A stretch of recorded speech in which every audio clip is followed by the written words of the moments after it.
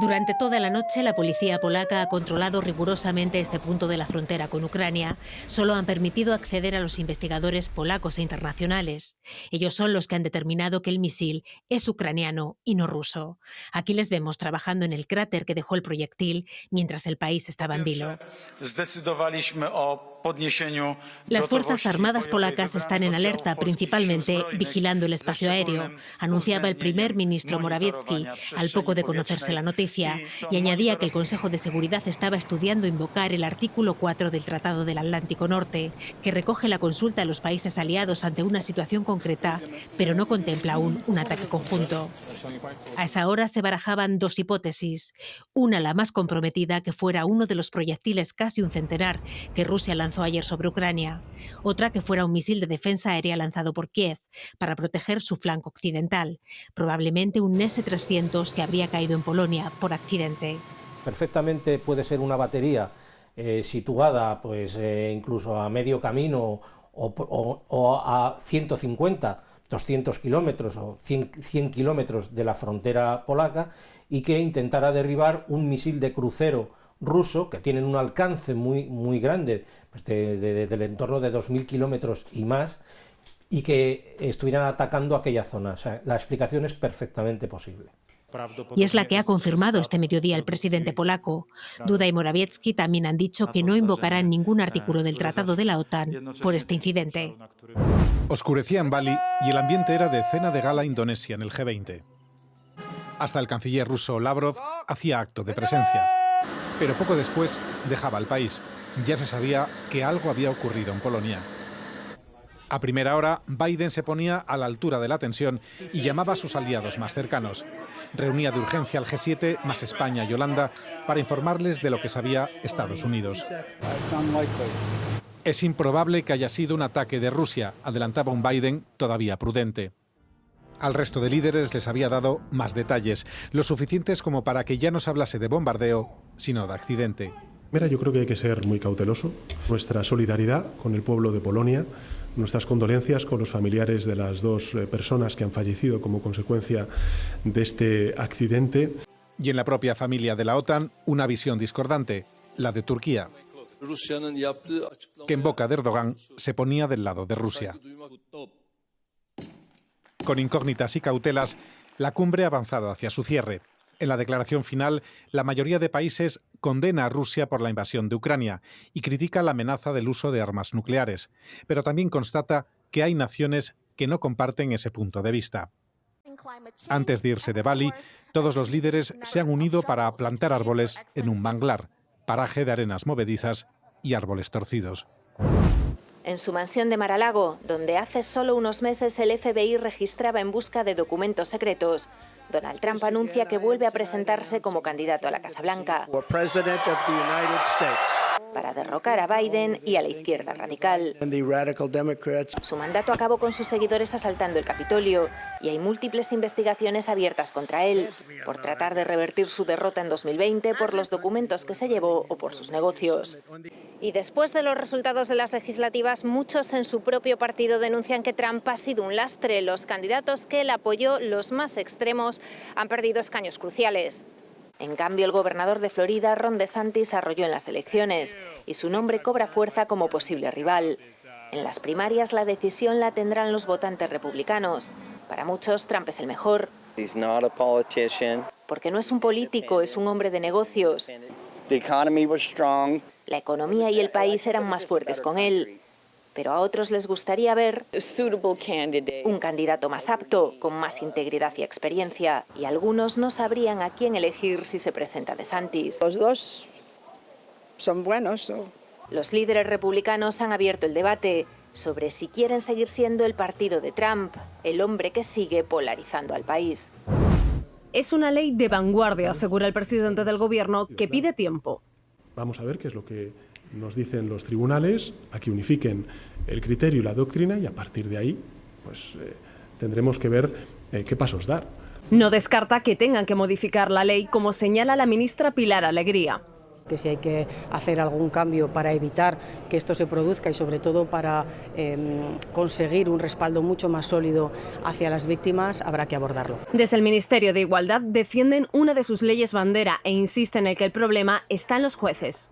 Hay jueces que no están cumpliendo con la ley, que el machismo puede hacer que haya jueces que apliquen de forma defectuosa una ley, que la interpreten erróneamente. Dos asociaciones de jueces, una progresista y otra conservadora, ya han respondido a la ministra. El problema, dicen, es de la ley y no de los jueces que la aplican.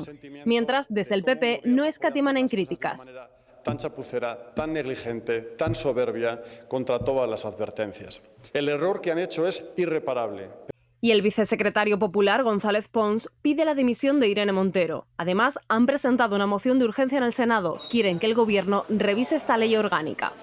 Precisamente hoy han condenado a 2 años de cárcel al hombre acusado de difundir datos personales de esa víctima de la manada de Pamplona e imágenes de la violación que sufrió. El hombre ha reconocido los hechos en el juicio de esta mañana a cambio de una rebaja en la petición de pena. Además, deberá indemnizar a la mujer con 20.000 euros. Su ingreso en prisión queda suspendido durante 3 años si no delinque y paga las cantidades establecidas. Con este acuerdo, la sentencia ya es firme. Luego ya en la tramitación parlamentaria, pues hablaremos de las enmiendas y veremos exactamente cuáles son los términos de las enmiendas que presentan los grupos parlamentarios. Pero hablar en abstracto, sin conocer exactamente cuáles son las propuestas, pues me comprenderá que sobre hipótesis pues no me pueda pronunciar. Con aplausos, así ha recibido la Asamblea de Médicos de Atención Primaria de Cantabria a sus delegados sindicales. Donde por ahora el acuerdo no parece estar cerca es en Madrid. Tras la reunión de ayer, el sindicato mayoritario, AMITS, sigue valorando la propuesta de la comunidad. 49 centros con atención médica y los demás solo con personal de enfermería. No convence a los profesionales.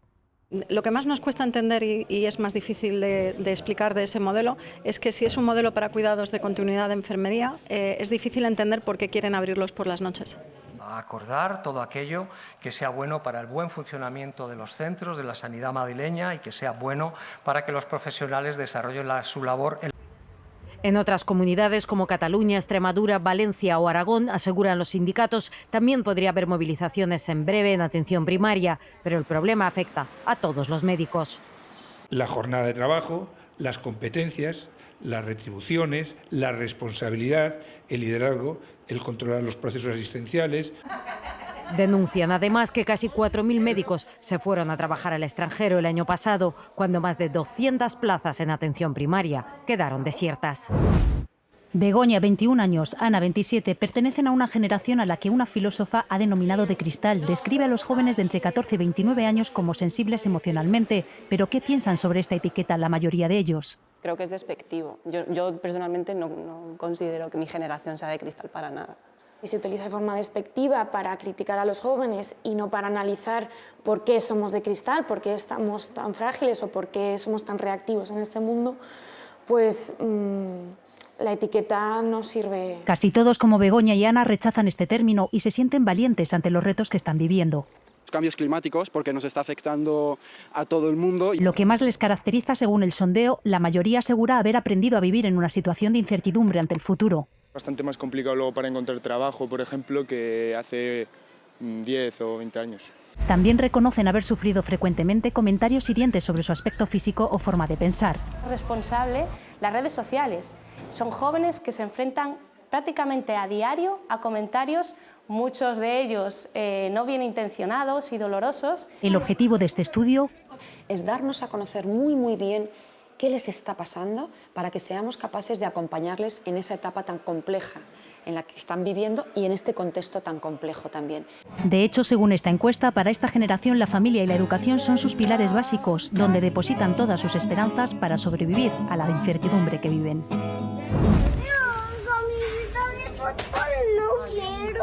La reacción de Manuel tras recibir una camiseta de fútbol como regalo se ha hecho viral.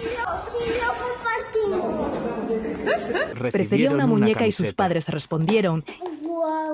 Igual que lo están haciendo cada vez más madres y padres para que sus majestades de Oriente hagan realidad millones de deseos de forma inclusiva. El primer regalo de mi hijo fue una muñeca y el segundo una cocinita. Lo de chico que pase para la chica. No regalemos únicamente muñequitas a las niñas y princesitas a las niñas y balones a los niños. Jugar es un derecho y jugando descubren el mundo que les rodea. Cuanto más pronto se acostumbren a jugar con esos juguetes que representan realidades diversas, situaciones diversas, mucho mejor, porque lo irán interiorizando y lo tendrán automatizado. Aquí tenemos una portería que aparece niño y niña, sin embargo todavía hay algunos fabricantes que solo ponen niños. Por ello, la Asociación Española de Fabricantes de Juguetes ha presentado una guía de buenas prácticas, no solo para eliminar estereotipos en las cajas, sino también en la publicidad que impone modas y tendencias. Es necesario que tenga que reflejar también estas nuevas demandas sociales. Papá Noel y los Reyes se gastarán este año cerca de 200 euros por niño. Los jugueteros creen que una vez más triunfarán los juegos de mesa y los personajes de películas, aunque claro... Ellos hacen la carta, los Reyes proveen.